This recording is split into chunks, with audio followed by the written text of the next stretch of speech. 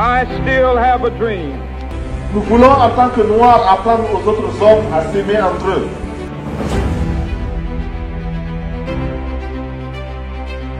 La camarade membre du comité central a bien expliqué ce que doit être la révolution et ce que doit être notre engagement.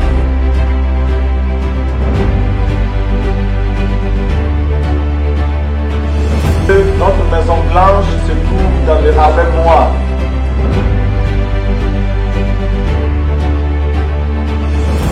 Les États-Unis d'Afrique. Bonsoir et bienvenue dans votre émission Rivalité. Sur cette émission qui va traiter les questions de l'actualité nationale et internationale. Aujourd'hui, nous allons parler de l'histoire du Mali, le coup d'État au Mali, et je suis accompagné de mes invités. Moussé Clédor, leader du mouvement Claire Vision et membre de la coalition citoyenne Le Peuple, et Mouché Ba, professeur de géographie économique et relations internationales. À ma droite, il y a Khadim Bakessal, chroniqueur et membre responsable du mouvement Islam panafricaniste du Sénégal. Nous avons le plaisir de vous accueillir, M. Clédor. Bonsoir. Plaisir partagé et je vous remercie de m'avoir accueilli sur ce plateau et j'en profite pour saluer tous les téléspectateurs qui vous suivent. De remercier Monsieur Ba, de saluer Monsieur Ba plutôt, qui se joint à moi pour commenter avec vous cette actualité liée au Mali justement et à mon illustre Khadim Bakessal. Et M. Ba, bonsoir. Bonsoir à vous, Thiam. Et je profite également de l'occasion pour saluer ce scène que je viens de découvrir aujourd'hui. C'est une occasion quand même de partager et de réflexion sur des questions quand même qui touchent un peu l'actualité nationale, comme vous l'avez dit, et internationale, en permettant d'aborder un peu la suite géopolitique de l'Afrique de l'Ouest et également cher ami qui est là également. Donc c'est un plaisir d'être là aujourd'hui dans votre saison. Bonsoir mon frère, Alocam. Bonsoir également à nos invités, M. Ba et M. Clédor. C'est un plaisir de partager ce plateau avec vous. Bonsoir également à tous les téléspectateurs qui nous suivent. Et sans plus tarder, aujourd'hui nous allons parler de l'histoire du Mali. Bien entendu, le Mali est un pays qui a vraiment subi beaucoup de coups d'État. Et sous une série de coups d'État, je peux dire 1968, 91, 2012, 2020, 2021. Et aujourd'hui, il y a un problème au Mali. Nous voulons juste revenir sur l'historique de ces coups d'État. Pourquoi on note souvent des coups d'État au Mali et ça devient fréquent? Après chaque coup d'État, on voit un autre. Qu'est-ce que vous pensez qui a amené ce coup d'État-là au Mali, M. Clédor? Bon, au tout début, c'est un défaut de démocratie d'un État naissant qui venait récemment de sortir de la Fédération du Mali avec Modibo Keïta, qui a essuyé son coup d'État avec, comment il s'appelle, je perds le nom, Moussa Traoré. Moussa Traoré est venu, c'était un militaire aussi, il a fait un coup d'État. Donc à sa suite, il a été aussi victime d'un coup d'État du général Amani Toumani Touré, qui a rétabli la légalité constitutionnelle avant d'organiser des élections, cette fois-ci libres et démocratiques. Mettant ainsi sur les rampes vraiment de la démocratie, des premiers balbutiements démocratiques au Mali, mettant donc ce pays sur les rampes de la démocratie en ouvrant le jeu électoral à l'opposition et en n'y participant pas lui-même. C'est ainsi que Alpha Omar Konaré avait pris le relais de façon tout à fait démocratique et c'était quelque chose à saluer parce que c'était la première respiration démocratique du Mali. Donc à la suite de ça, sur une demande sociale presque, le colonel Amani Toumani Touré est revenu au pouvoir à la faveur de mêmes élections tout à fait démocratiques aussi. Avant qu'il y ait des troubles de ce processus démocratique lié à un capitaine, le fameux capitaine Sanoko, qui avait fait un coup d'État, se plaignant du manque d'équipement et de soutien de l'armée malienne face à la rébellion, etc. Toutes choses qui n'étaient pas suffisantes pour justifier une telle attitude en face du pouvoir légalement constitué et qui reflétait la volonté du peuple malien. Donc, depuis cette époque, on a essayé de stabiliser sur le plan de la démocratie le Mali. Bon, je saute toutes les étapes jusqu'à l'arrivée de feu Ibeka. qui avait été, avant son décès et sa destitution, l'objet d'une très forte contestation populaire, née justement d'un entachement du processus électoral. Parce qu'on se souvient de beaucoup de revendications qui avaient eu lieu après les dernières élections maliennes. L'opposition avait contesté les résultats et avait rué dans les brancards. Et sous la pression populaire, la Cour constitutionnelle, parce que là-bas ils n'ont même pas un conseil, mais ils ont une Cour constitutionnelle, avait décidé de revenir à de meilleures faveurs en octroyant 30 sièges de députés à l'opposition malienne. Donc ce qui prouve carrément que les résultats étaient contestables. Parce qu'on ne peut pas revenir sur des résultats quand ils sont issus du suffrage ou de la vérité des urnes. Donc ensuite, bon, je vais aller très vite, hein. Ensuite, il y eut une nouvelle campagne électorale dans laquelle le principal opposant, Soumaïla Cissé, avait été enlevé pendant des mois. Et pendant ce temps, il y avait le mouvement social de la société civile et de certaines organisations politiques qui ont pris la rue, qui ont mis la pression sur le régime, qui ont contesté le régime d'Ibeka de façon très forte, sans jamais basculer dans la violence, contrairement au Sénégal. Il n'y a pas eu de violence, il n'y a pas eu de répression policière, mais c'était des manifestations, somme toute, démocratiques. Ce qui était bizarre dans ces entrefaits, c'est que c'était le président Ibeka, le président Ibeka lui-même, qui donnait des nouvelles de Soumaïla Cissé, qui avait été enlevé par des otages, par des rebelles, et qui rassurait qu'il allait bien, jusqu'à sa libération, à la suite de laquelle, en France, il a été déclaré mort du Covid, donc sans autopsie ni rien du tout. Donc c'est un point d'interrogation à élucider. Avec cette déclaration, il y a un suspense. Mais bien sûr, on l'a déclaré mort du Covid. Qui a diagnostiqué qu'il était mort du Covid? Et quand il était enlevé, il n'y avait pas encore le Covid. Il sort, il va en France, c'est en France qu'il a perdu la vie. Et on le Covid a très bon dos. Bon, ça, je ne veux pas m'appesantir dedans. Donc voici de façon un peu linéaire et ramassée le processus qui a rythmé la vie démocratique du Mali des indépendances à maintenant. Et actuellement,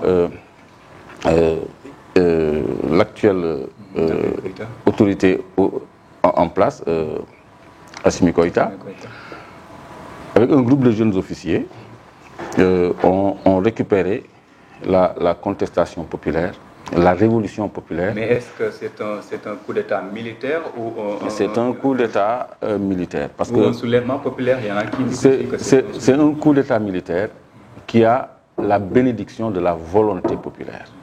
Parce que des fois, les peuples applaudissent à des changements de régime, même violents, même par voie de coup d'État. C'est le cas en Guinée-Conakry. Doumbouya avait été applaudi et a fédéré toute l'opposition derrière lui. De la même façon, Assimi Goïta aussi. Vous vous souvenez, quand ils ont quitté le camp de Kati pour aller à la présidence, quand on a annoncé que Ibeka et les siens étaient en résidence surveillée, il y avait une liesse populaire qui s'était manifestée, une escorte. On a accompagné les militaires, les gens ont manifesté leur joie, leur liesse. Maintenant, cette révolution est entre les mains de Assimi Goïta et de ses hommes. C'est vrai qu'il y a des assises nationales qui intègrent toutes les forces vives de la nation pour convenir d'un processus et d'un calendrier électoral qui ne fait pas encore l'unanimité et qui est soumis justement aux sanctions de la CEDEAO dont nous aborderons certainement les aspects, les contours. Et pour me résumer, c'est ça, quoi. Donc j'attends... Donc de façon ramassée un peu sur l'historique et ton point de vue sur un coup d'État militaire. Mais est-ce que aussi, M. Ba, est-ce qu'on peut avoir de la liberté à travers le coup d'État? Parce qu'à chaque fois qu'on a vu qu'une fois vouloir changer la donne, ils sont procédés par un coup d'État. Mais est-ce que c'est la solution? Donc il faut convoquer d'abord les causes qui sont à l'origine de ce coup d'État qui a été perpétré au Mali. Le Mali souffre d'un certain nombre de maux. Le problème, c'est la faiblesse en gouvernance. Cela est dû à une faiblesse de l'État, problème d'intégrité territoriale. Au plan géographique, la capitale se trouve très au sud et la plus grande partie au nord. En un certain moment, cette partie n'est pas contrôlée par l'État. C'est tombé dans les mains des terroristes. Mais l'autre aspect, il y a des relations très tendues, ce qu'on appelle une mauvaise cohabitation concernant les relations civilo-militaires. C'est-à-dire l'État est en déphasage par rapport aux revendications de l'armée. Ce qui fait que le terrorisme a joué un rôle extrêmement important parce que ces derniers coups d'État quand même qui nous intéressent, qui ont fait l'objet de cette discussion, si on va voir le contexte dans lequel ils sont survenus, il faut essayer de voir la position du Mali. Le Mali est un pays tampon entre l'Afrique de l'Ouest et l'Afrique du Nord. Il fait frontière au Sénégal, il fait frontière à l'Algérie. Et quand Kadhafi est tombé, dans le contexte du printemps arabe, qui a démarré au niveau de la Tunisie, et là, un certain nombre de pays arabes, ou bien beaucoup de pays arabes, ont eu à subir des contestations. Le président de la Tunisie est tombé, il a pris la fuite. Ces contestations ont assémé vers la Syrie. Je rappelle que jusqu'à présent, peut-être que le président Bachar el-Assad a eu la bénédiction de pouvoir tenir jusqu'à aujourd'hui. Ça même peut être inscrit dans un contexte beaucoup plus large de la géopolitique internationale. En Libye, on a assisté à la mort de Kadhafi. Donc, Kadhafi, on savait que son armée était pleine d'étrangers, particulièrement des Maliens, des Touaregs. Il y en a qui disaient que oui, sa maman était Touareg de cette zone-là. Donc, ce qui fait qu'il avait enrôlé beaucoup de ressortissants maliens. Quand le pouvoir de Kadhafi est tombé, ces étrangers ne pouvaient pas rester parce qu'ils faisaient face à l'opposition qui s'exprimait dans le contexte de la révolution. Donc, la chute a rapidement accéléré leur départ. Ils ont quitté la Libye pour retourner au Berkane. Au départ, la direction était le Niger, mais le Niger a fait ce qu'on appelle. Le Niger a flangardé ces combattants-là. Ils sont venus au Mali, ils ont essayé de liguer avec le MNLA, le Mouvement National de Libération de l'Azawad. Et ce mouvement-là a eu à interconnecter avec le mouvement Ansarine, parce qu'il faut noter que le Mali est devenu rapidement un bastion du terrorisme. Donc, ces perturbations ont fait que la faiblesse de la gouvernance sécuritaire dont l'État du Mali n'avait pas la maîtrise, a eu à se répercuter, à un peu attiser cette cohabitation entre les civils et l'armée, et cela a dégénéré à ce coup d'État. Y a-t-il pas aussi un problème de manque de considération, parce qu'au Mali, on dit que certaines parties de la population de l'autre côté ne se sentaient pas bien, et puis le président et ses actions, c'est-à-dire qu'ils ne veillaient pas à leurs actions, ils se sentaient oubliés un peu. Est-ce que c'est pas aussi, cela n'est pas dû à une frustration qui a fait qu'aujourd'hui? Oui, ça peut être inscrit dans la relation entre le centre et la périphérie. Sauf que le Mali, le centre est très reculé. Vers le sud et le nord, on n'est pas beaucoup plus vaste que l'État n'avait pas les moyens de sécuriser. Donc, mais le problème fondamental est dû à une mauvaise cohésion. Il n'y a pas de cohésion sociale. Il y a des divisions, il y a des clivages, il y a beaucoup de lignes de fracture à l'intérieur du Mali.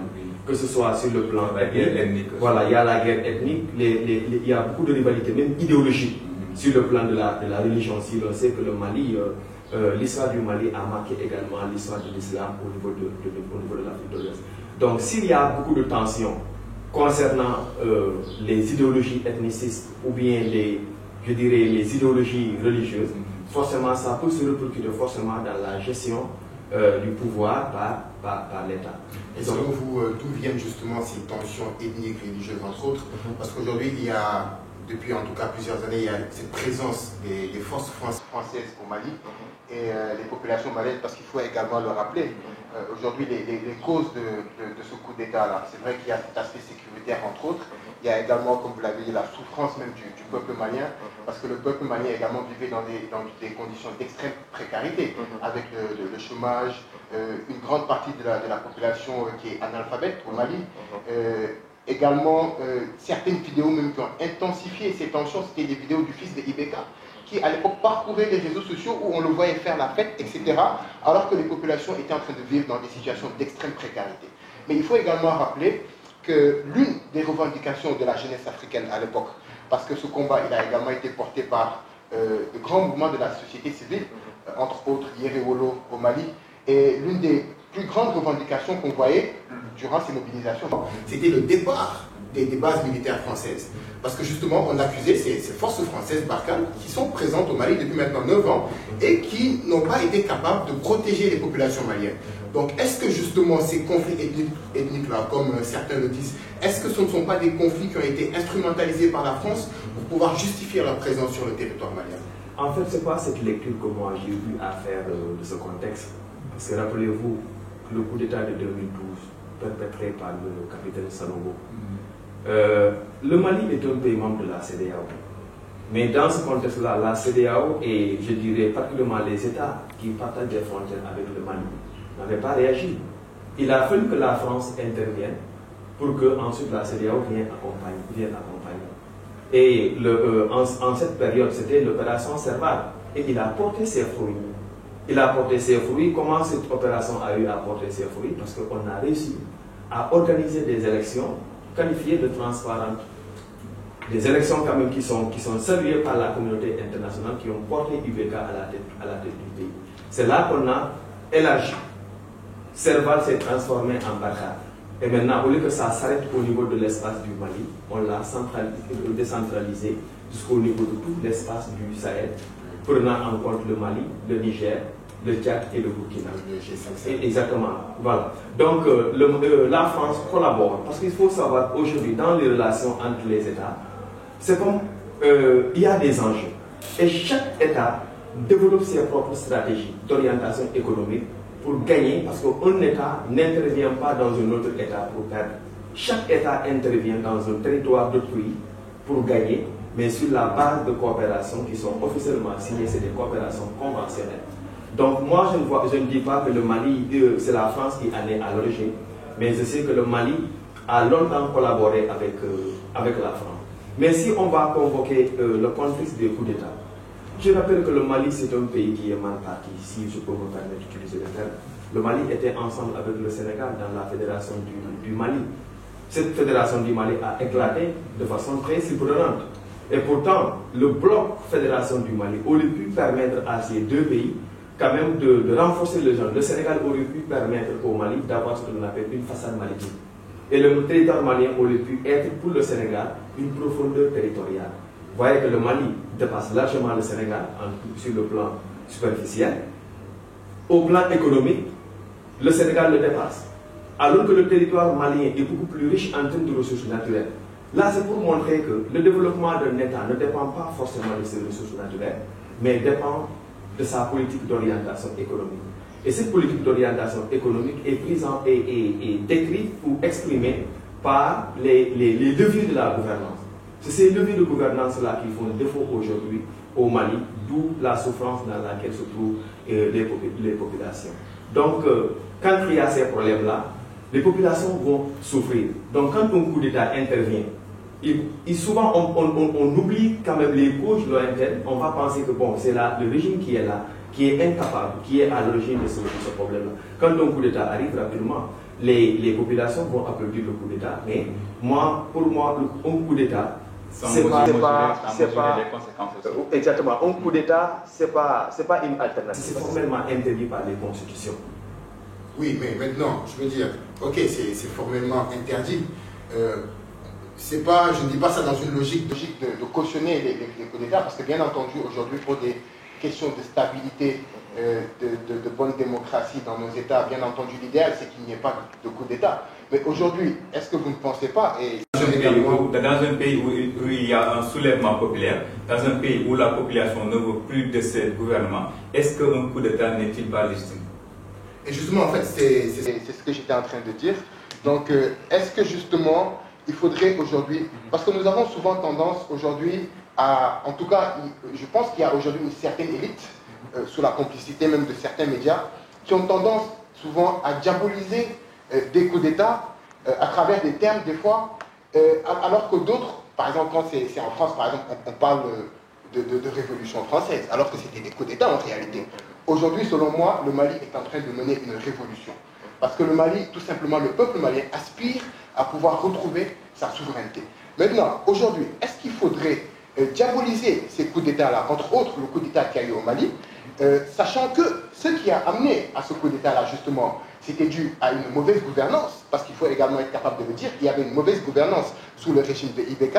Il y a également ce peuple-là qui aspire à reprendre sa souveraineté. Il y a les bases militaires françaises, comme je le disais tout à l'heure, qui étaient les principales revendications du peuple malien. Parce que même si vous dites que le CERVAL a eu peut-être des aspects positifs au départ, il faut quand même rappeler que ça fait 9 ans que la France est présente au Mali, et depuis plusieurs années au niveau des pays du G5 Sahel, mais il y a toujours cette problématique des coups d'État. Donc est-ce qu'aujourd'hui, M. Clédor, est-ce qu'il faudrait aujourd'hui diaboliser ces coups d'État, ou bien est-ce que vraiment ça pourrait être une solution, un souffle pour un nouveau départ des peuples? Vous savez, la légitimité est conférée par les peuples. C'est ça dans tous les pays du monde. Quand un régime, quoique démocratiquement élu, confisque la volonté du peuple, il peut arriver que le peuple se fasse libérer par la force armée. Parce qu'un coup d'État n'est pas seulement militaire. Parce que, je donne l'exemple guinéen, Alpha Oumar Konaré, il a fait un coup d'État constitutionnel. Il est président de la République. Alpha Condé, autant pour moi, Alpha Condé a fait un coup d'État parce qu'il n'avait pas droit au troisième mandat. Il a tripoté sa constitution. Alassane Dramane Ouattara, qui est à la tête des sanctions prises contre le Mali, il s'est imposé par le tripotillage de la constitution. C'est des coups d'État constitutionnels. Ici au Sénégal, bon, on est un peu dans le flou. Maintenant, même au Sénégal, pendant les événements de mars, on a vu au dernier moment, vers le 7, le 8, l'armée se déployer. Ça n'aurait pas été un coup d'État militaire, mais la Constitution prévoit, et toutes les constitutions prévoient, qu'en cas de trouble à l'ordre public, après avoir décrété un état d'urgence, si l'ordre n'est toujours pas rétabli au terme des délais, on passe à la loi martiale, et ça veut dire que c'est l'armée qui gère les affaires courantes, à charge pour elle, dans les 90 jours suivants, d'organiser des élections libres et transparentes. Donc une transition militaire, elle est prévue même dans les constitutions, en cas de trouble grave, c'est-à-dire quand le peuple conteste le régime en place, ça veut dire qu'il ne s'identifie plus en lui, lui qui confère la légitimité. Donc, et c'est ça qui légitime un peu certains coups d'État, comme celui qui a eu lieu au Mali et en Guinée, qui ont épousé l'onction populaire, qui ont eu la faveur du peuple. Maintenant, sur le plan formel, on dira toujours que c'est un coup d'État militaire. Mais un coup d'État militaire qui a débarrassé le peuple de certains tyrans. Monsieur a rappelé tout à l'heure l'ostentation dont a fait montre le fils de IBK en pleine période de crise. Un opposant qu'on a déclaré mort du Covid. Des élections qui ont été contestées. Et maintenant, l'aspect sécuritaire qu'on n'a pas encore évoqué, parce que moi je pensais que c'était un point essentiel, a exacerbé tout cela. Parce que actuellement, Assimi Goïta, les autorités de la transition, ils n'ont qu'un seul problème, un calendrier électoral que la communauté internationale veut leur imposer. Alors qu'eux, ils ont des contraintes sécuritaires et même de cohésion sociale, comme le disait M. Ba, parce que les Dogons et les Halpolars, ils se crêpent les chignons. Ils s'entretuent, pour dire vrai. Donc, les Touaregs au nord, ils ont même fait une grande fédération, la CMA, la Confédération des mouvements de la Zawad, où le MNLA, Ansaroudine, eux tous sont dans un même bloc pour conserver une certaine hégémonie et ils demandent une autonomie. Donc ils veulent se couper de la tutelle administrative malienne. Donc autant de problèmes comme ça. Comment dans un tel contexte organiser des élections transparentes? Quand on a des problèmes d'administrer toute la territorialité du Mali, du fait de sa dimension géographique d'ailleurs, d'abord, 1 200 000 km, c'est presque un continent, là où le Sénégal ne fait même pas 200 000 km². Donc comment asseoir une administration capable d'organiser des élections libres et transparentes dans l'étendue du territoire? Ce n'était pas possible. Il y a eu l'ingérence française. Serval, M. Ba, c'est vrai, a fait un résultat parce que les rebelles du MNLA ont eu la mauvaise idée de progresser sur Bamako en colonne. Donc une colonne sur le plan militaire, ça s'éradique facilement. Donc c'est ça qui a facilité la tâche à Serval et c'était presque miraculeux qu'on ait stoppé net leur avancée. Maintenant, avec Barkhane, les choses se sont compliquées. Les Français se sont installés depuis 2013, je crois. Jusqu'à maintenant, point de solution. Et le paradoxe vient des accords d'Alger en 2015, où la France a refusé le désarmement des rebelles. Elle qui vient pour installer la sécurité au Mali. Comment la France peut venir pour instaurer la paix? Elle dit on ne désarme pas le MNLA, ni le Ansaroudine, etc. On les laisse avec leurs armes. Et ces gens-là, ils demandent quoi? Ils demandent, ils ont posé des actes de souveraineté. Ils demandent à être actionnaires dans les ressources minières de leur terroir. Parce que tout le nord est un bassin sédimentaire géologiquement. C'est un méga espace qui regorge de beaucoup de ressources du fait de son ancienneté. Hein, c'est du précambrien, c'est même au-delà de ça. Et ça s'étale, ça dépasse même le Mali parce qu'il y a une partie de ce bassin qui est en Algérie et une autre partie du côté de la Tunisie. Donc c'est le bassin de Telouani qui fait l'objet de beaucoup de convoitises parce que regorgeant de beaucoup de ressources minières. Donc c'est pas par hasard que les Français avaient leur base à Kidal, Tessalit et Tombouctou. Donc ces bases-là maintenant sont entre les mains des Russes malheureusement parce que c'est intéressant parce qu'il y a eu beaucoup d'évolutions entre-temps. Je ne sais pas si on peut abréger de cette façon. Mais là, donc vous êtes en train de dire que la présence française au Mali se justifie justement par les ressources maliennes. Bien sûr. La preuve, c'est une déclaration de Florence Parly qui a alerté, attention Maliens, les Russes sont en train de vous pomper vos ressources naturelles. Ils vont exploiter vos ressources naturelles. Comment le sait-elle? La ministre française de la Défense. Ouais. Donc ça veut dire que eux, c'est ça qu'ils faisaient. Et dans leur base, beaucoup de choses ont été découvertes, des bases de plusieurs hectares. La France a mal à l'âme actuellement parce que son jeu est découvert. Donc ça, c'est quelque chose qui ne souffre d'aucun doute. Maintenant, la complicité de l'armée française avec les rebelles du Nord est aussi établie parce que des communications ont été interceptées entre ces rebelles et l'armée française. Là, je ne sais pas si vous les avez entendus. L'armée française avait assuré que les FAMA ne rentreraient pas à Kidal sous l'injonction du MNLA. Donc est-ce que l'armée française, dans sa politique d'instaurer la paix, est-ce que l'armée française a un résultat ou alors elle alimente même ce que... L'armée française a tout le temps œuvré pour séparer le nord du sud Mali, parce que le nord est riche, vaste et incontrôlable. Donc quand on impose au Mali un calendrier électoral, quand on sait que les élections ne peuvent pas s'organiser au nord, parce qu'il n'y a pas d'administration forte et stable là-bas, ça veut dire organiser des élections sur une partie du Mali et du coup légitimer l'autonomie du nord, dans lequel la France a ses bases. Kidal, Tessalit, Tombouctou, ça c'est la quadrature du cercle. Donc, plus maintenant les problèmes entre ethnies, les Dogons et les Peuls. Donc, je ne parle même pas de courant confrérique, mais cela suffit à saper la cohésion nationale, sans laquelle aucune organisation sérieuse n'est possible. Maintenant, la France, les Maliens ont lu dans leur jeu au point de réclamer le retrait de leur territoire. C'est pourquoi Assimi Goïta et ses hommes ont été les bienvenus et ils ont fait le travail.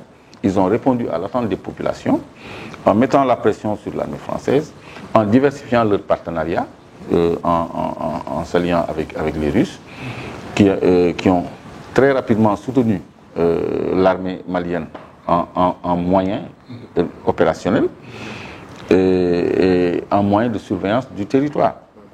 Donc maintenant la donne a changé.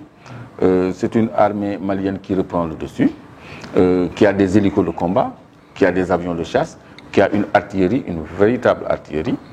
Et maintenant, sur le plan politique, on a demandé à la France de libérer le terrain.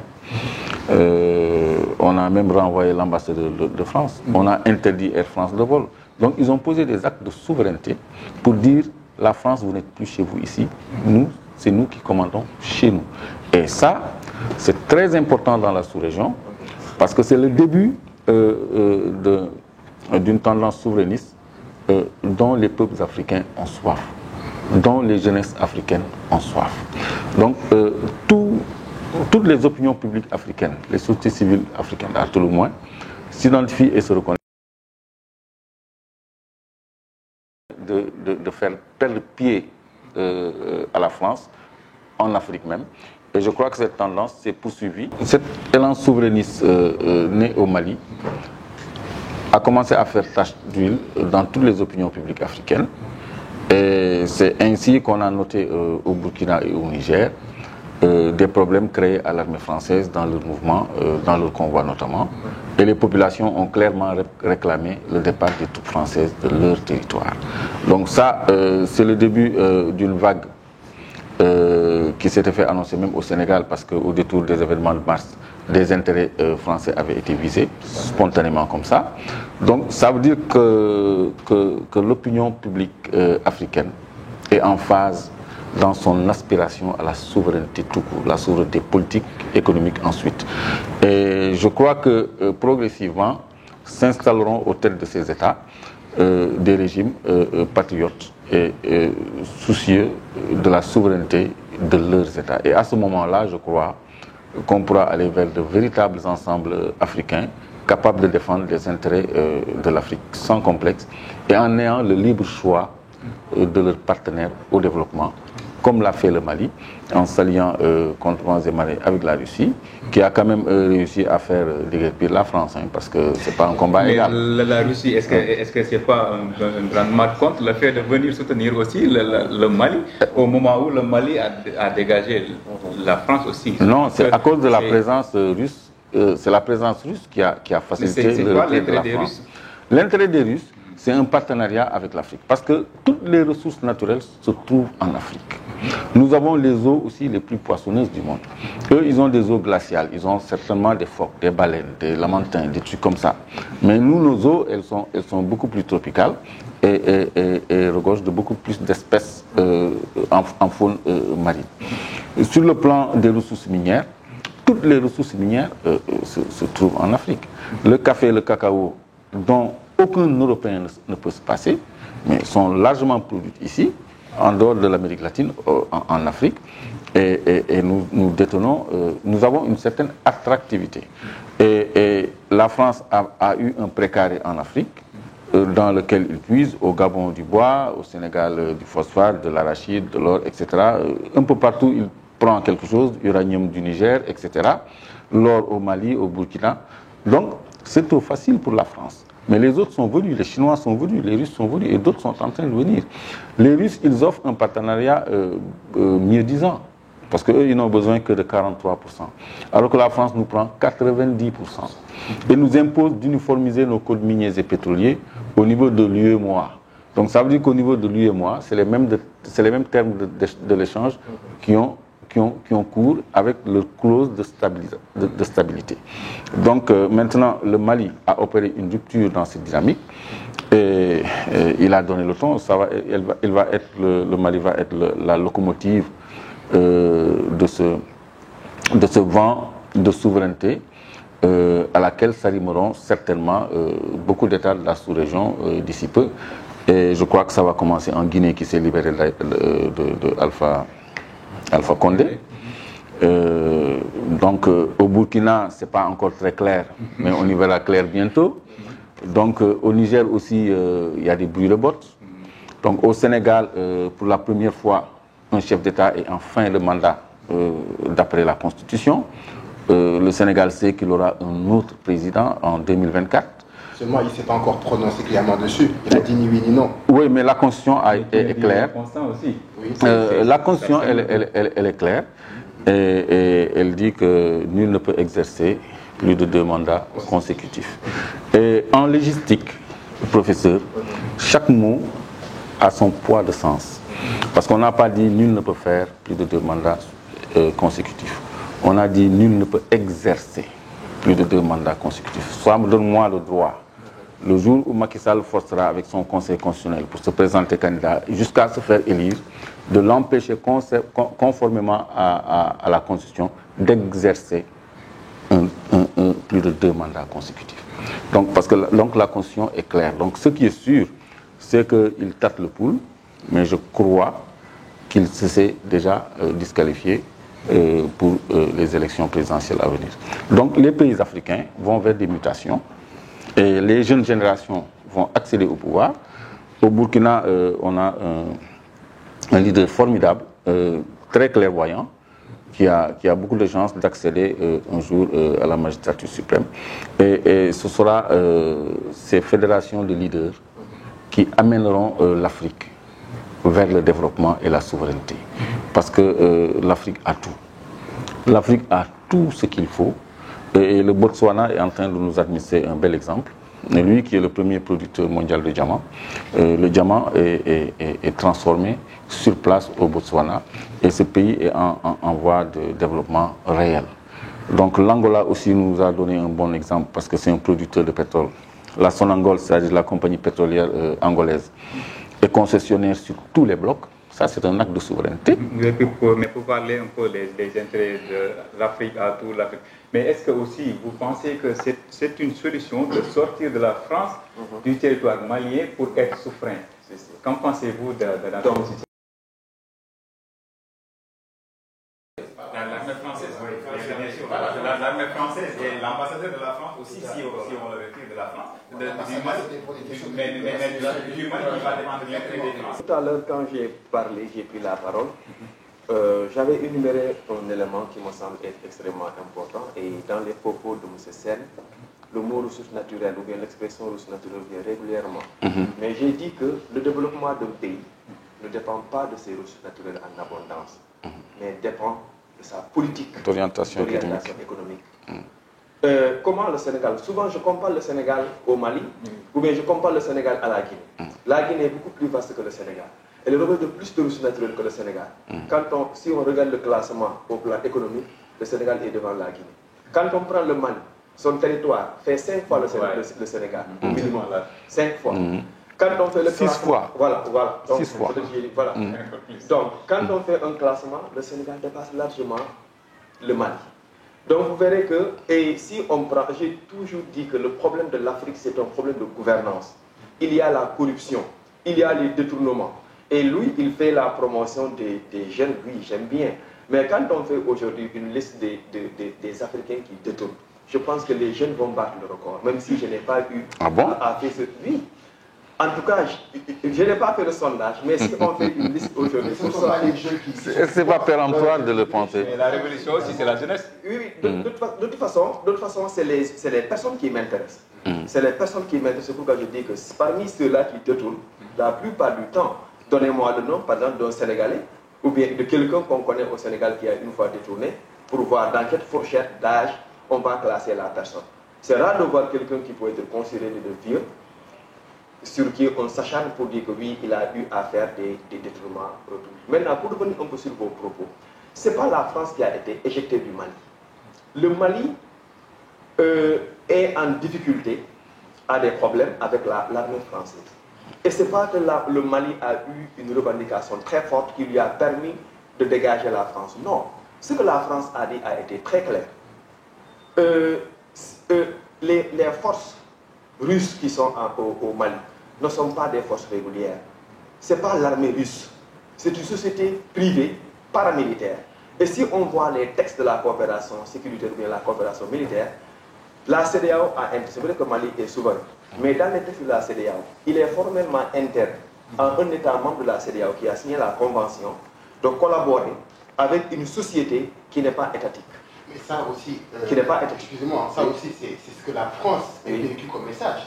Mais si vous entendez, si vous écoutez le discours... Non, c'est pas la France, oui, je ne vous coupe pas, je ne vous coupe pas, c'est pas la France qui l'a écrit, c'est la CEDEAO qui l'a écrit, et le Mali est membre de la CEDEAO, le Mali a accepté. Oui, je ne parle pas de cette charte en fait, je parle même de cette société russe Wagner, Oui. on dit société privée. Non, si c'est une société privée, ça même la Russie même a dégagé clairement ses Oui. là, non, ça, tout le monde sait que Oui. c'est pas une société étatique. Mais le Premier ministre malien, regarde, lui, il a dit en fait qu'ils ont des relations avec une coopération russe et qu'ils n'ont pas de relation avec une société privée russe.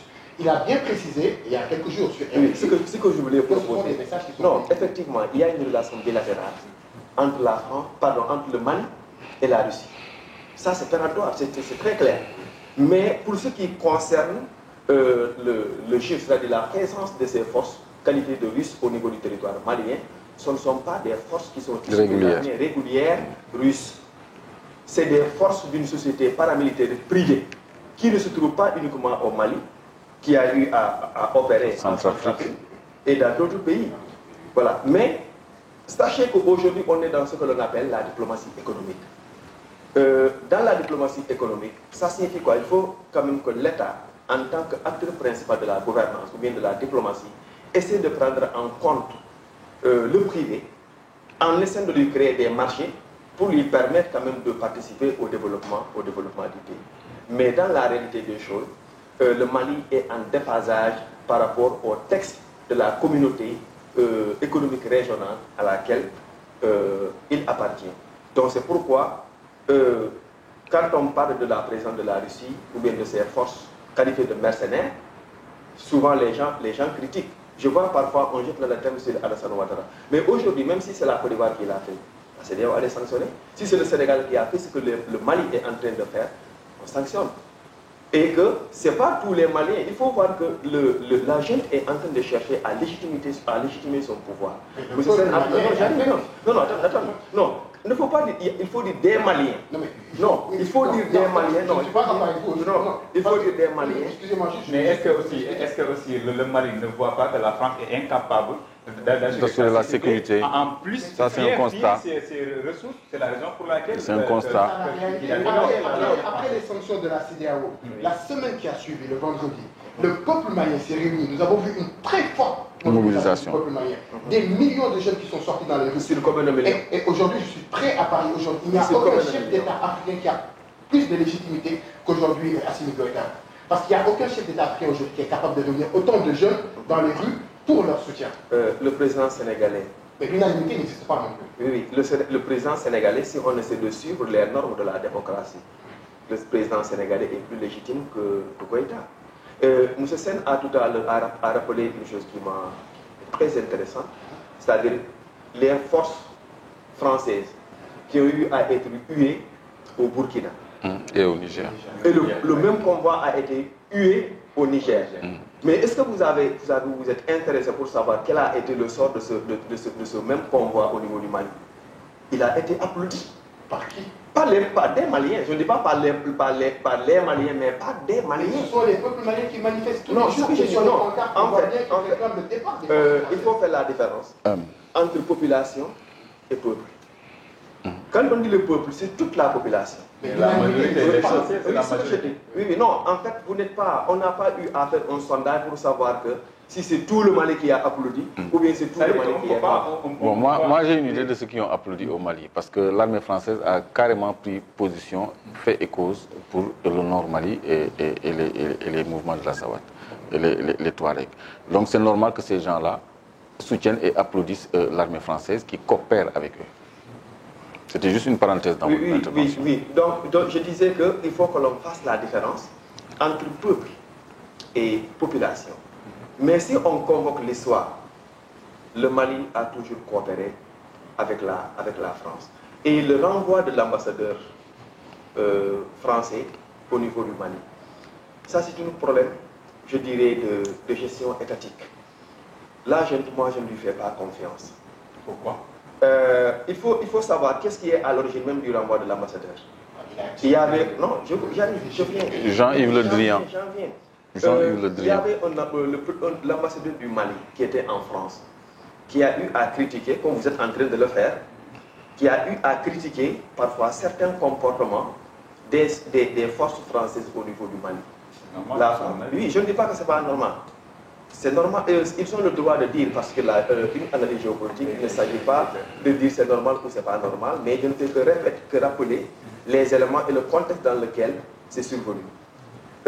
l'ambassadeur du Mali au niveau de la France a eu à critiquer le comportement de certaines forces françaises en territoire malien. La France a eu à saisir l'État malien par rapport à cette sortie de l'ambassadeur. Et ceux qui étaient à la tête du pays, c'est la même chose, autant de Bandam, on a rappelé cet ambassadeur-là. Depuis lors, c'est le chargé d'affaires qui gère les affaires courantes de cette ambassade. Le Mali a proposé quelqu'un pour qu'il le remplace. Vous savez, il faut envoyer, c'est-à-dire l'identité de la personne à qui on a fait confiance pour représenter son État à l'étranger. Donc la France il est de son devoir de faire des investigations autour de la personne. La France n'a pas fait confiance en cette personne-là. On n'a pas donné de réponse. Et vous savez, en diplomatie, quand on envoie l'identité de quelqu'un qu'on propose comme ambassadeur, il ne faut pas relancer. Le Mali est resté 6 mois sans avoir de réponse. Et en diplomatie, quand on reste 6 mois sans avoir de réponse, il faut savoir que on a moins de chances pour que cette demande-là aboutisse à des résultats favorables. Et cela a créé une rancune au niveau de la part des autorités maliennes. Donc ce qui fait que, pour réagir par rapport à l'attitude de la France, ils ont renvoyé l'ambassadeur français. Vous d'accord aussi que l'ambassadeur français au Mali a tenu des propos qui n'étaient pas respectueux envers le régime en place. Parce qu'il a dit que le régime en place c'était une raison de réagir. Oui, c'est ce que j'ai dit. Vous savez, quand on est dans une coopération, il faut essayer de lire les choses. C'est parce que chaque État défend ses propres intérêts. Et selon les moyens développés pour atteindre un but bien déterminé. Donc ce qui fait que si l'ambassadeur de la France a eu à voir au Mali ce qui lui semble être incohérent, il a le droit de le dire. Comme l'ambassadeur du Mali, parce que si tant est que ce que l'ambassadeur du Mali en France a vu au Mali, si tant est que c'est anormal, il a le droit de le dire. Maintenant, ça dépendra de voir, parce qu'il y a un rapport de force. Il y a un jeu de rapport de force entre les deux. Je vous ai rappelé tout à l'heure que le Mali est mal parti. Le Mali, c'est l'un des rares pays de l'Afrique de l'Ouest, excusez du terme, qui a gagné moins de combats. Ces combats ont toujours abouti à un échec. Il a regretté l'éclatement de la fédération du Mali. Le Mali fait partie des premiers États à tourner le dos aux francs CFA. Il a opté pour sa propre monnaie. Qu'est-ce qui est arrivé par la suite? Il est revenu encore. Et qu'est-ce qui a Donc vous êtes en train de faire, vous êtes en train de légaliser, ou bien de légitimer les coups d'État. Mais si tant est que le coup d'État... Non, je dis, mais vous êtes en train de légitimer les coups d'État du Mali. Les coups d'État du Mali. Les deux, en tout cas. Voilà, je dis que si vous les légitimez, donc dans les normes, si on peut les légitimer, donc je peux considérer que le Mali allait être devant, ou bien parmi les pays africains les plus développés, parce qu'il a connu combien de coups d'État? Est-ce que le fait aussi même de l'estimer un coup d'État, ça ne fragile pas la démocratie? Non, ce que je dis, dans la charte de la démocratie, le coup d'État est formellement interdit. Et que la jeune n'est pas venue, je dirais, pour mettre l'État sur les rails. Parce que 5 ans, une transition de 5 ans, quelqu'un qui ne peut pas, ou bien un groupe... 5 ans, c'était une proposition sur la table. Mais en tout cas, ils ont opté. Si on n'a rien dit, ils peuvent aller au-delà. C'est juste une proposition. Si on n'avait rien dit, ils peuvent aller au-delà des 5 ans. 5 ans, c'est plus qu'un mandat. Ça dépasse la durée du mandat du Ghana, la durée du mandat du Nigeria. Ça dépasse la durée du mandat des États-Unis. Donc 5 ans, c'est le mandat du Sénégal, c'est le mandat en France. Oui, mais aussi, M. Ba. Et on peut dire que, oui, comme M. Sen l'a dit, le fait que le Mali ne jouit toujours pas de son intégrité territoriale. On peut dire que oui, comme le Nord est sous contrôle des terroristes ou bien des groupes armés, avec la complicité de la France, grâce à la complicité de la France. On ne peut pas organiser des élections. Et le fait de le dire, ça peut le légitimer, ça peut être un alibi, comme ce qui s'est passé en Côte d'Ivoire. En Côte d'Ivoire, Gbagbo est arrivé au pouvoir en 2000. En 2005, on devrait organiser des élections. On n'a pas organisé. De 2000 à 2010, il n'y a pas eu d'élection. Pourquoi il n'y a pas eu d'élection? Parce qu'une partie de la Côte d'Ivoire était tenue par les rebelles. Alors que sur la charte de la démocratie par rapport à l'organisation d'une élection, on ne peut pas l'organiser dans une partie du territoire et dans l'autre partie non. C'est ça qui a fait que... Pourquoi imposer un calendrier au Mali alors? Non, on a demandé de proposer un calendrier jouable. Proposer un calendrier jouable. Ils ont fait une proposition aussi. Ils ont proposé 5 ans. Pourquoi? Oui, ça veut dire que moi, je veux juste savoir les États qui ont dit non se sont focalisés sur les textes de la CEDEAO, parce que le Mali n'est pas le seul pays à en être victime. C'est arrivé à la Sierra Leone, c'est arrivé au Libéria. Donc pourquoi pas le Mali? Même si c'est au Sénégal que cela est arrivé, ça doit être la même chose. Ça doit être la même chose. C'est les textes qui sont là, quelle que soit la souveraineté, mais on ne fait que. D'accord, mais les textes aussi. Les textes. Oui, mais les textes aussi, je pense qu'on va y revenir. Excusez-moi, je reviens vers vous tout à l'heure. On va y revenir peut-être avec les sanctions. Est-ce que justement les chefs d'État de la CEDEAO respectent même les textes de la CEDEAO? Parce que les sanctions même que la CEDEAO a imposées au Mali ont été qualifiées de sanctions illégales parce que justement n'étaient pas prescrites par les textes. Maintenant, pour revenir juste sur la durée de la transition, pourquoi vouloir se précipiter? Vous avez dit tout à l'heure qu'il y a eu plusieurs coups d'État au Mali. Vous avez dit pourquoi vous l'avez précipité, moi? Ou bien. Non, pourquoi vous là, non, j'ai dit pourquoi vouloir c'est précipité. Okay, je ne parle pas de. Mais quand même, vous dites que 5 ans c'est trop, 5 ans c'est un mandat. Moi je pense que aujourd'hui. Oui, bon, enfin c'est un mandat, on va dire, parce qu'au Sénégal par exemple, le mandat c'est 5 ans. On peut toujours dire que c'est un mandat. On ne doit pas forcément se référer aux États-Unis si le mandat il est de 4 ans. Ils ne sont pas forcément une référence. Maintenant, pourquoi vouloir se précipiter? Je disais par là qu'il y a eu plusieurs coups d'État au Mali. Il y a eu 2 coups d'État en 2 ans. Et à chaque fois, les durées de transition sont respectées. Mais à chaque fois, on remarque qu'il n'y a pas forcément une stabilité démocratique. Donc, est-ce qu'aujourd'hui, aller vers des élections tout simplement, est-ce que c'est le seul critère pour que dans ces pays-là, il puisse y avoir une démocratie stable? Moi, je pense qu'aujourd'hui, il n'est pas question, parce que justement, la junte malienne, elle a fait une proposition, elle était dans une logique de pouvoir négocier. Elle est encore même ouverte à la négociation avec les dirigeants de la CEDEAO. Mais moi, je pense encore une fois, aujourd'hui, que ce soit 5 ans ou plus ou moins, aujourd'hui, ce qui est important pour le Mali, parce que le Mali est un pays aujourd'hui qui est en reconstruction. D'ailleurs, c'est pourquoi la junte, une fois arrivée au pouvoir, elle a fait des assises. En construction. Elle est arrivée au pouvoir, elle a fait des assises avec les religieux, les gens de la société civile, les politiques, pour vraiment pouvoir partir sur des bases solides. Et je pense que justement, cette construction-là, elle peut demander du temps. Et aujourd'hui, c'est au peuple malien de devoir décider si réellement, aujourd'hui, cette transition qui a été proposée par la junte, elle est d'accord ou pas. Et je pense que le peuple malien, comme on l'a dit tout à l'heure, je pense que la place de l'armée, c'est pas la gestion du pouvoir. La place de l'armée, c'est pourquoi on parle de transition.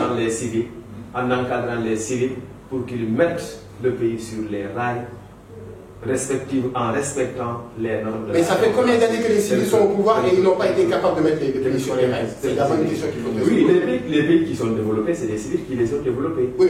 On a connu beaucoup de pays qui ont été tenus par en Birmanie. Juste un exemple. La Libye était dirigée par un soldat qui s'appelait Muammar el-Kadhafi. Et pourtant, la Libye était l'un des pays les plus développés d'Afrique. Non, elle ne faisait pas partie des 4 en tout cas économies les plus importantes d'Afrique. En tout cas. Et oui, ce que je dis, en fait, si on prend le cas de Kadhafi, il a fait combien d'années au pouvoir? 42 ans. Du 1er septembre 1969 jusqu'en octobre 2011, sans aucune élection. Cette politique-là n'était pas bonne. Si cette politique était bonne, la Libye d'aujourd'hui n'allait pas être éclatée. Bah non, je ne suis pas d'accord. C'est parce que les populations libyennes étaient bizarres. Non, attendez. C'est bien de le dire. Non, moi, je voudrais intervenir sur le fait que vous nous prêtez l'intention de cautionner les coups d'État en Afrique. Donc, partons du postulat, entendons-nous sur le postulat que la transmission du pouvoir doit se faire par voie démocratique. Les coups d'État, c'est des cas de force majeure qui interviennent quand il y a un dysfonctionnement des règles de la démocratie ou une absence totale de démocratie. Je m'explique par exemple. Le dictateur Moussa Traoré. Tout le monde sait que Moussa Traoré était une dictature, c'était un dictateur. La démocratie était étouffée. C'était un autocrate. Son règne, on a mis fin à son règne par un coup d'État. Amadou Toumani Touré a débarrassé le Mali de Moussa Traoré, qui était un dictateur. Pour asseoir les bases d'une démocratie et à organiser des élections auxquelles il n'a pas participé. Ça, il faut le retenir. Donc, ça ne veut pas dire qu'un coup d'État est forcément mauvais. Dans ce cas-ci, ça a permis au Mali de se mettre sur les rangs de la démocratie. Vous êtes d'avis avec ce coup d'État? Ce coup d'État-ci, oui. Quand on met de côté un dictateur, quelqu'un qui étouffe sa démocratie, mais c'est bon pour la population. Parce que, au Ghana aussi, mais non, j'en viens au Ghana. Sur le plan du développement économique, justement. Alpha Oumar Konaré a été démocratiquement élu et ATT, par sa posture démocratique, a été réclamé à nouveau par le peuple. Ça, c'est un coup d'État salvateur. J'ai rappelé tantôt que dans nos constitutions, on a prévu un intérim militaire quand l'ordre public n'était pas contrôlé. Au Ghana, c'est là où vous m'avez un peu marché sur la langue. Le général Jerry Rawlings, le Ghana doit son développement au général Jerry Rawlings. Il a mis le Ghana sur les rampes du développement et de la démocratie. Avant, on voyait les Ghanéens un peu partout en Afrique, s'adonner soit à la drogue ou à la prostitution.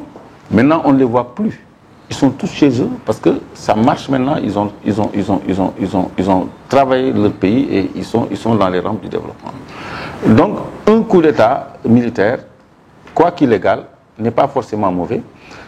Un Alpha Condé qui a arraché les élections après avoir tripatouillé la Constitution, qui a tué des centaines de Guinéens, qui a emprisonné des dizaines d'opposants. Quand on débarrasse la Guinée d'une personne comme celle-là... Mais est-ce que ça a permis à la Guinée de se développer aussi? Non, le développement, ça ne peut pas se faire en quelques mois.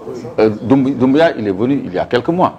Maintenant, il y a beaucoup de points sur lesquels j'aurais voulu intervenir, mais moi, je ne peux pas couper quelqu'un qui est en plein développement, parce que M. Ba avait abordé un point qui me paraissait intéressant, sur lequel je suis en phase avec lui, que les ressources naturelles d'un pays n'étaient pas forcément synonymes de développement, mais qu'il fallait plutôt s'orienter sur avoir une bonne politique d'orientation économique pour aller vers le développement. Ça, je suis en phase et je suis très d'accord avec lui. Et j'aimerais qu'on revienne sur ce point dans le débat, pour ne pas digresser du point que je suis en train d'aborder sur la démocratie par rapport au coup d'État militaire. On a évoqué tantôt Wagner, qui est une SMP. Maintenant, les mercenaires se font appeler sociétés militaires privées, SMP. Et c'est des forces paramilitaires, c'est des forces occultes. Aux États-Unis, on a connu Blackwater. Si vous recherchez dans Internet, vous verrez ça. Ils sont pires que Wagner. Ils sont suréquipés. Ils ont fait leur preuve en Irak, au Kosovo et un peu partout. Et actuellement, ils sont au Sénégal ici. Hein, parce que c'est une filiale de la société Halliburton qui fait dans le Deepwater Drilling ici. En France, on a toujours connu la Légion française. C'est quoi la Légion française? Vous avez entendu parler de la Légion? La Légion étrangère plutôt. La Légion étrangère. Bon, c'est des Malgaches, des Africains, des Anglais, des Américains, toutes les nationalités qui ont un esprit et une formation de commando et qui peuvent faire la sale besogne qu'on intègre dans l'armée française. Donc, l'aile qui est le pendant de Wagner dans l'armée française, c'est la Légion étrangère. Donc, nous, dans notre entendement, la Légion étrangère, elle est légitime, c'est l'armée française. Pourquoi ne penserait-on pas que Wagner, c'est l'armée française et Blackwater, c'est les GIs? Donc, ce sont des forces qui coopèrent avec les armées et qui sont légitimées par les États, qui leur assignent des missions que les États ne peuvent pas faire. Comme en Irak, par exemple, Halliburton a massacré beaucoup d'Arabes. Ce que l'armée régulière ne pouvait pas faire sans se retrouver devant la cour martiale. Alors que les gens de Halliburton, ils n'ont même pas de nom, ils ont que des numéros. C'est des anciens GIs et des anciens de la CIA. Wagner, c'est la même chose. La Légion étrangère de l'armée française, c'est encore mieux organisé parce que c'est le pendant de l'armée française. Donc, ces genres de barbouzes-là ont toujours opéré en Afrique et dans le monde pour protéger des intérêts français, pour aller au-delà des limites fixées aux armées régulières dans les conventions de guerre. Donc ça existera toujours et c'est parce que les Français ont fait ça, les Américains ont fait ça, que les Russes ont fait ça, et maintenant les Chinois aussi peut-être vont faire ça, d'autres nations vont faire ça demain. Donc on va vers la privatisation des armées, et ça c'est lourd de danger, parce que ça absout de responsabilité certains États qui ont des attitudes et des comportements impérialistes. Mais il y en a également qui disent que l'État russe même est derrière cette armée qu'on qualifie de privée. Est-ce que vous partagez cet avis? Mais effectivement, Ce sont des anciens de l'armée et des services de renseignement, toujours. C'est des hommes qui sont formés militairement, c'est une armée qui forme les militaires. Donc c'est toujours l'État. C'est l'État, c'est comme la police et l'ASP. Ils n'ont pas tous les attributs de la police, mais ils peuvent opérer. Ils sont protégés aussi. Ils sont protégés par la police. On ne peut pas dire que ce n'est pas la police. Vous voyez, c'est une parapolice. Donc l'armée aussi a son pendant SMP, Société militaire privée, pour ne pas dire mercenaire, qui opère un peu partout. Maintenant, pour les questions de développement, Rawlings a prouvé qu'un régime de démocratie dans un pays donné. Ça, c'est établi, c'est concret. Dans d'autres pays, on a connu des réussites économiques, comme en Irak. Non. Sankara, c'était un balbutiement. Il n'a pas achevé sa mission. Mais en 4 ans, il a eu des résultats. Il a eu des résultats et il était sur la rampe. Mais de la même façon que nous décrions les coups d'État militaires, on devrait aussi de la même façon décrier les coups d'État institutionnels ou constitutionnels. Parce que c'est deux faces d'une même pièce, en ce qu'ils constituent une entrave à la démocratie. Maintenant, le point où je suis en phase avec M. Ba, qui dit que ressources naturelles ne signifie pas forcément développement, c'est vrai. Parce que, pour illustration, nous on regorge de phosphate, mais on importe de l'urée, de l'engrais et tout, qui sont faits à base de phosphate. On a eu le scandale d'un bateau de 3 milliards qui fait tache d'huile actuellement, alors que nous n'avons pas besoin d'importer cela, parce que nous sommes producteurs de la matière première. Et ce sont ces politiques-là qu'il faut revoir. Donc c'est pour ça que je suis en phase quand on parle d'orientation économique. Je crois que l'Afrique doit repenser ses orientations économiques et définir son propre ordre économique. Et sur ce plan-là, il y a aussi un aspect de souveraineté par rapport à ces politiques économiques, justement, qu'on nous impose jusqu'aux agrégats économiques, le PIB, qui est une notion fourre-tout. Tout ce que les sociétés françaises étrangères produisent et les sociétés sénégalaises qu'on met ensemble, pour calculer à partir de ça le taux de croissance, qui ne reflète jamais un bien-être, un bien-être de l'économie, mais plutôt qui reflète une bonne santé des compagnies étrangères, Orange, Eiffage, les compagnies pétrolières, etc. Parce que c'est eux qui mettent plus dans l'espace. Et c'est cela qu'on enseigne à nos étudiants comme agrégat. Moi j'ai fait Sciences Po, c'est ce qu'on nous enseigne. Alors que la pertinence aurait été de se baser sur la production intérieure brute, la production nationale brute, qui ne comporte pas ce que les compagnies étrangères mettent dans l'espace. Et je crois que c'est cet agrégat qui aurait dû être pris comme indice de développement, à partir duquel on aurait dû calculer l'indice de développement. Donc jusque dans nos curricula de formation, on doit revoir nos intérêts, on doit tracer nos propres lignes, comme le fait le Ghana. Le Ghana, c'est départi de la tutelle des bailleurs de fonds, Banque mondiale des FMI. Le Ghana finance à 100% son développement. Ils ont un projet One District, One Factory. Ils ont planifié 500 unités industrielles dans plusieurs départements différents. Et ils sont à 200 et quelques de réaliser déjà.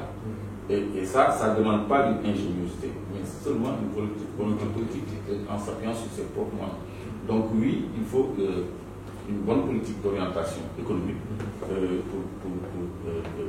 tirer profit de ces ressources naturelles et de s'installer dans le développement. Et pour un peu parler sur, parce qu'on a vu que la France était le Mali a retiré l'ambassadeur de la France et l'armée française. Et de ce même moment, on a vu avec l'arrivée de la Russie pour la sécurité. Et on a vu que aussi dans les pays de l'OTAN ont tellement de problèmes avec la Russie. Il y a la guerre entre l'Ukraine et la Russie. Est-ce que aussi la Russie ne se profite pas de ce temps pour riposter et aider le Mali parce que la France est son ennemi? Oui, c'est vrai qu'on peut faire une corrélation entre les deux, mais c'est un peu... L'un est éloigné de l'autre. Ici, c'est une question qui concerne le Mali. De l'autre côté, ça concerne deux pays, l'Ukraine et la Russie. Les deux faisaient partie du même ensemble territorial qui portait le nom de l'URSS, qui est né au lendemain de la Première Guerre mondiale.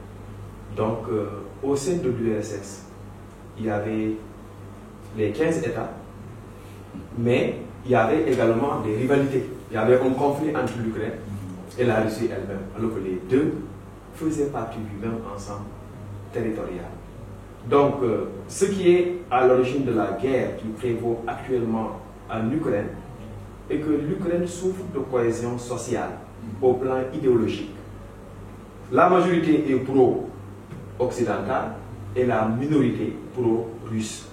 À l'intérieur du territoire ukrainien également, une partie du territoire, la plus grande, a opté pour l'Occident et la minorité opte pour la Russie. Ok? Donc, le problème de Poutine, c'est qu'il ne faut pas qu'il y ait des frontières entre les pays européens de l'OTAN et son pays à lui qui porte le nom de Russie. Et lui, là où je peux lui en vouloir, et vous savez, la Russie, c'est le pays le plus vaste au monde. L'Europe compte 44 États. Quand on enlève la Russie, il reste 43. Les 43, quand on les additionne, on les met ensemble, comparé au territoire de la Russie dépasse, avec des ressources naturelles extraordinaires. Donc, si sa politique d'orientation économique, comme je l'ai dit tout à l'heure, ne lui permet pas de développer son pays, je ne pense pas que le fait d'envahir l'Ukraine puisse l'aider en ce sens. Mais moi, la lecture que j'ai sur ce conflit-là, ce n'est pas un conflit entre États, c'est un conflit entre civilisations. Vous savez, Samuel Huntington, dans son livre intitulé Le choc des civilisations, a eu à découper le monde en 7 civilisations, ou peut-être 8.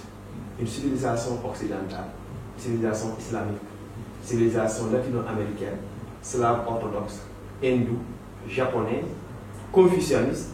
Et il dit que s'il y aurait une 3e civilisation, c'est peut-être une civilisation africaine, parce que l'Afrique n'a pas de civilisation. Il dit que dans le monde actuel dans lequel on est, ce ne sont plus des États qui vont se combattre, mais c'est plutôt des civilisations.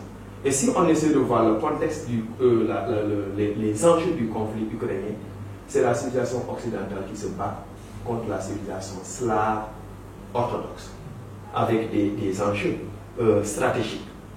Est-ce que aussi dans ce cas, si on fait un peu une transition, on va parler sur cette dernière partie de la Russie.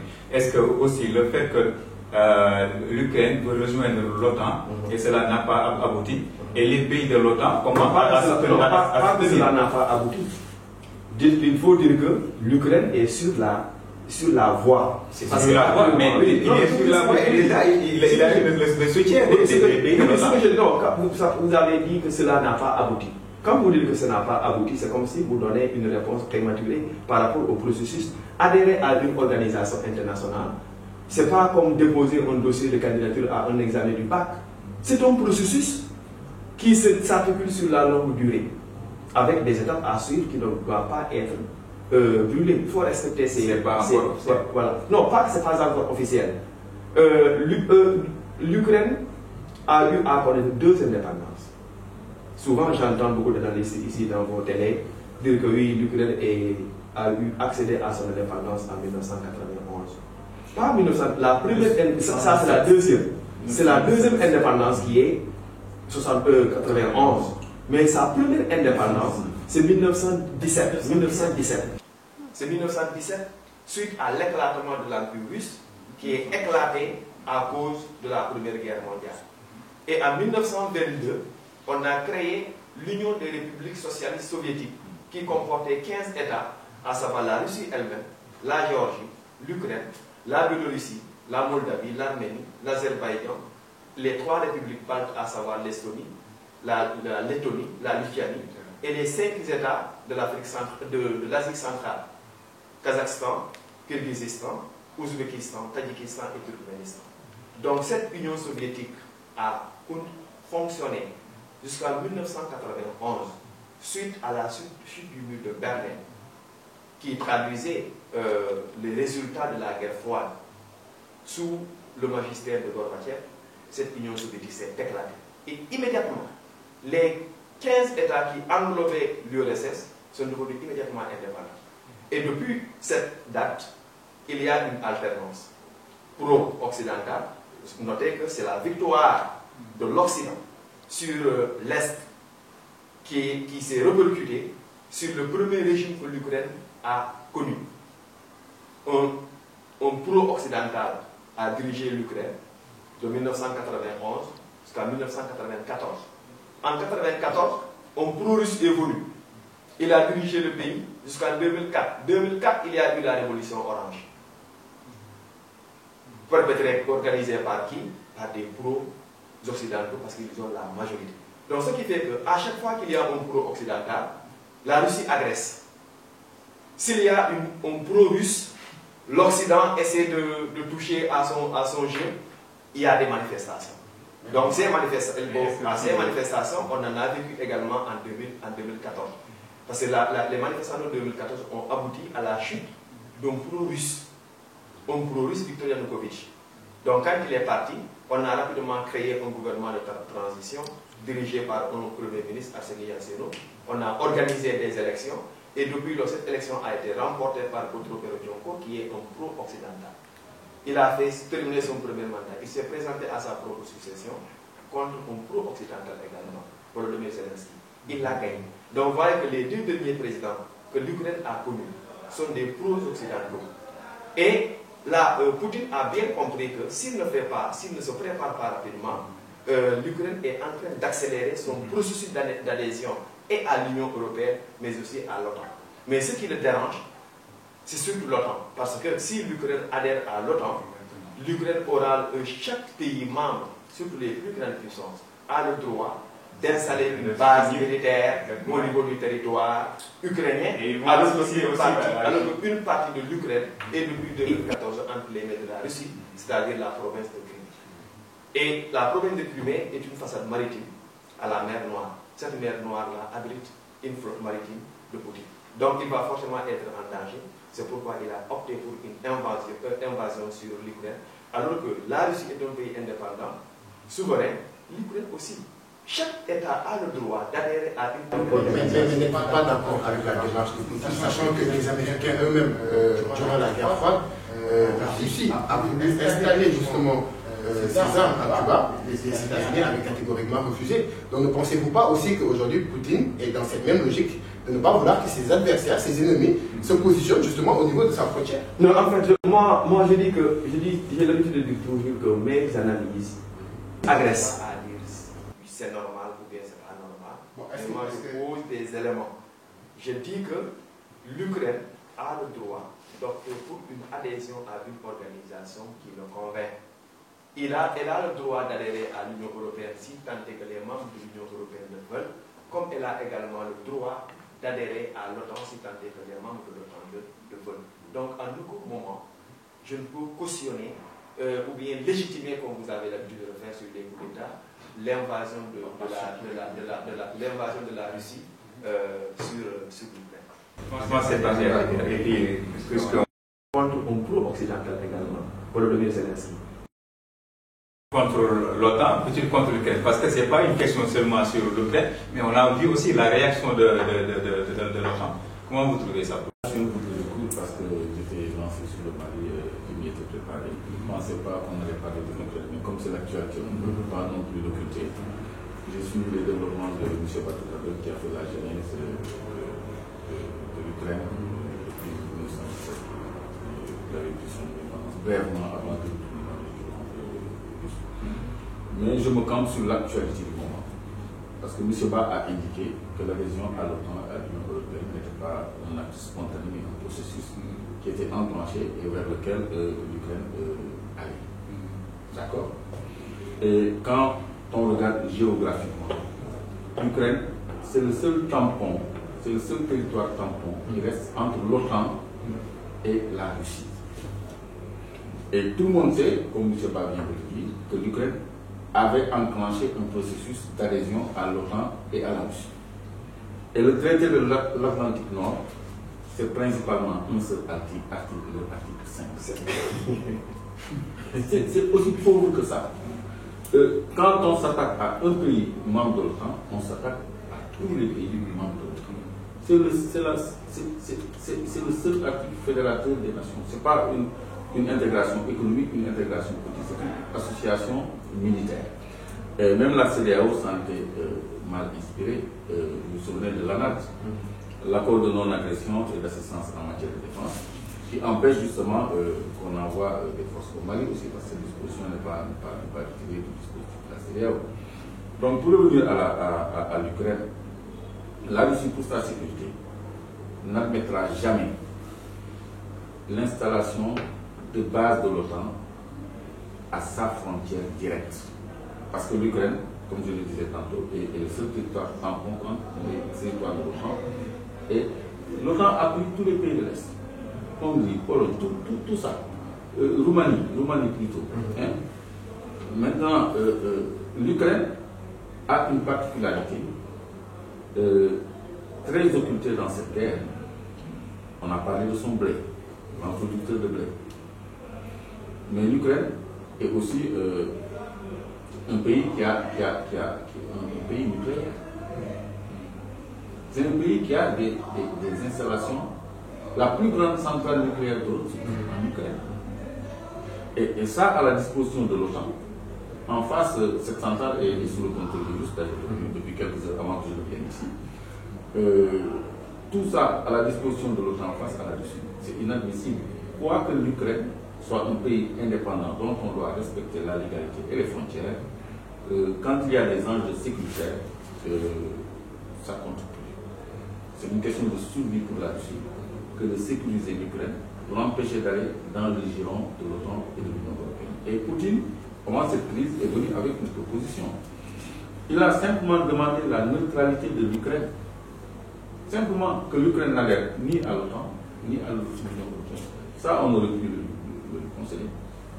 Mais on a enflammé le président ukrainien. On lui a promis mort et merveille et soutien. Et maintenant, on le laisse avec les Russes. Donc, il y a beaucoup de pays dont les frontières et les territoires ont été violés. Je ne parlais même pas de la Palestine et d'Israël, mais les États-Unis, les Américains, ont fait une expédition au Panama, parce que le général Noriega, qui était alors le chef d'État là-bas, avait fermé le canal du Panama, était un point de transit stratégique pour la marine marchande, et même la marine de guerre. Alors, on a accusé le président Noriega de blanchiment et de trafic de drogue. Ils ont fait une expédition en terre étrangère. Ils ont pris le président d'un pays étranger. Ils l'ont amené aux États-Unis pour l'emprisonner. Ça, c'est plus grave. Et ça, la sécurité des États-Unis n'était même pas en jeu. Donc, le problème ukrainien, il faut l'analyser sous l'angle de la sécurité russe. Et Poutine, il ne badine pas. C'est quelqu'un qu'il faut prendre pour nous. Si on prend à la légère ces mots, je crois qu'on va aller droit vers une guerre totale. Heureusement que l'OTAN est en train de reculer en disant qu'il ne va pas s'impliquer militairement. Parce qu'ils avaient demandé une non-fly zone, une zone d'exclusion aérienne, et ils ont reculé sur ce plan-là, parce que ça aurait été une implication militaire directe sur le plan aérien, et qu'ils ne les mettaient pas à l'abri d'un bombardement russe. Donc, est-ce que légalement l'OTAN aurait pu déployer ses forces, sachant que officiellement l'Ukraine n'est pas encore membre de l'OTAN? Non, l'Ukraine n'est pas sous le joug de l'OTAN, ni sous le joug russe. L'Ukraine est un pays indépendant. Donc l'OTAN aurait pu se permettre, pour les pays européens, de décréter une zone d'exclusivité aérienne, d'exclusion aérienne. Mais s'ils le font, ils empêchent l'aviation russe de voler parce que l'Ukraine n'a plus de capacité aérienne. Ces capacités aériennes ont été détruites même le premier jour de la guerre, avant même l'entrée des forces russes. Donc, faire respecter une non-fly zone, c'est déployer une aviation de chasse pour accrocher les avions contrevenants et s'en suivant des accrochages. Et ça, c'est une guerre carrément avec la Russie, qui n'épargnera personne, parce que la Russie est un pays nucléaire, qui a des armes de destruction massive et qui a des armes hypersoniques, 9 à 27 fois plus rapides que le son, imparables par n'importe quel système de détection ou d'antimissile, qui met en point faible les défenses de l'OTAN. L'OTAN n'est pas outillée pour contenir l'armada russe en cas de guerre totale. Et ça, c'est une donne qu'il faut prendre en compte. Et je crois que c'est un facteur de paix dans ce conflit-là qui intéresse le monde entier. Donc je pense qu'il doit y avoir beaucoup de prudence, mais le temps qui nous a été dessiné est à sa fin. Donc on va faire juste le tour de table pour votre dernier mot, M. Ba. Non, je vous remercie juste pour cette invitation qui nous a permis de discuter des questions de l'humanité. Merci beaucoup, et M. Clédor. Merci. Ça a été un plaisir d'aborder avec vous l'actualité, surtout l'actualité liée au Mali, qui fait l'objet de sanctions injustes de la part de la CEDEAO. Je crois qu'on mettra en avant la solidarité africaine plutôt qu'autre chose à l'avenir pour maintenir la cohésion de l'Afrique et son ancrage dans l'ensemble qu'est la CEDEAO. Merci beaucoup. Et Khalid Bakissal. Oui, merci Thiam, merci M. Ba, merci également M. Clédor-Sène pour la pertinence du débat. J'aimerais également, avant de terminer, rendre hommage à un groupe d'hommes panafricains qui ont décidé de faire une marche Dakar-Bamako, 1360 km, pour soutenir le peuple malien et pour l'unité africaine. Donc ils ont démarré depuis le 16 février, donc c'est une marche notamment pour dire non aux sanctions qui ont été adoptées par la CEDEAO contre le Mali, mais également pour l'unité africaine. Donc ils sont en train de marcher, je pense qu'actuellement ils sont au niveau de Tambacounda. Voilà, le chemin est très long et très difficile. Entre autres, il y a les frères Afousseni Badji, Souleymane Diallo, etc. Donc j'aimerais juste qu'on leur rende hommage et qu'on leur donne davantage de la force, parce que ce qu'ils sont en train de faire, c'est juste quelque chose d'extraordinaire. Voilà, nous sommes en fin d'émission et nous vous remercions, chers téléspectateurs de la Time for Africa. Merci et nous vous donnons rendez-vous au prochain numéro, vendredi prochain. Merci.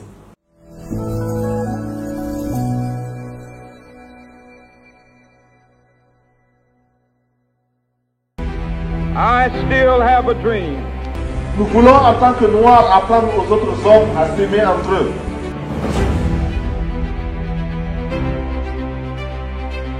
La camarade membre du comité central a bien expliqué ce que doit être la révolution et ce que doit être notre engagement.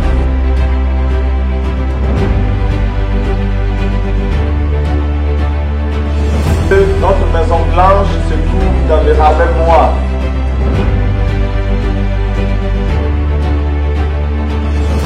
Les États-Unis d'Afrique.